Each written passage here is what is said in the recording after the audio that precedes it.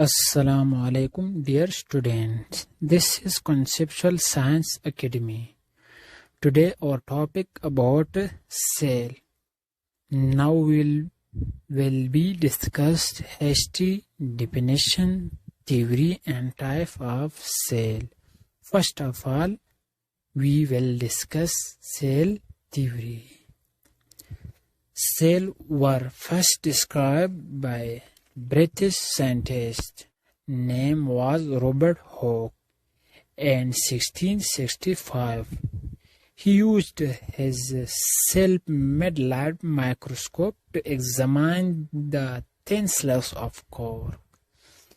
Cell जो है वो पहले एक ब्रिटिश साइंटिस्ट जिसका नाम रॉबर्ट होक था, उसने 1665 में डिस्क्राइब किया था और वो एक अपने हाथों से बने हुए माइक्रोस्कोप जो कि लाइट माइक्रोस्कोप के टाइप थी, उसके जरिए एक थिन स्लाइस ऑफ कॉर्क में एग्जामाइन किया था। फिर कुछ साल बाद the first living cell were observe by a Dutch naturalist name Antonie van लेवनहॉक।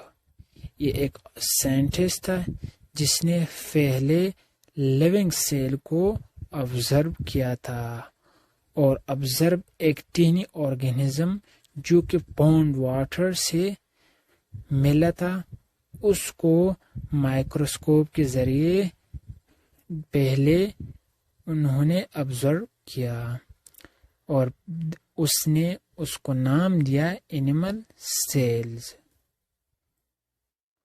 Now we will discuss the definition of cell. What is cell?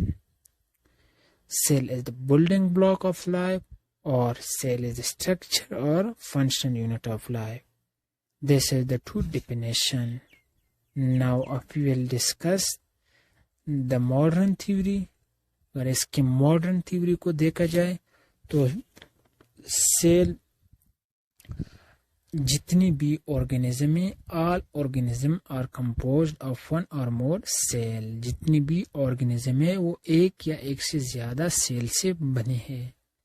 Cell are the smallest living thing, the basic unit of organisation of all organism.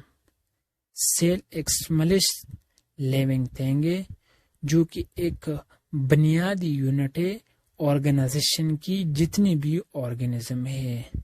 Cell arises only by division in previously existing cell.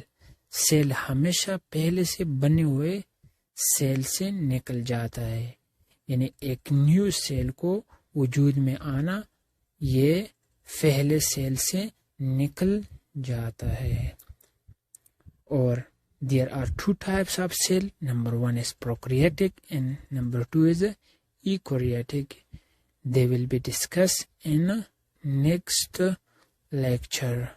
If you like this video, so please subscribe my channel and goodbye.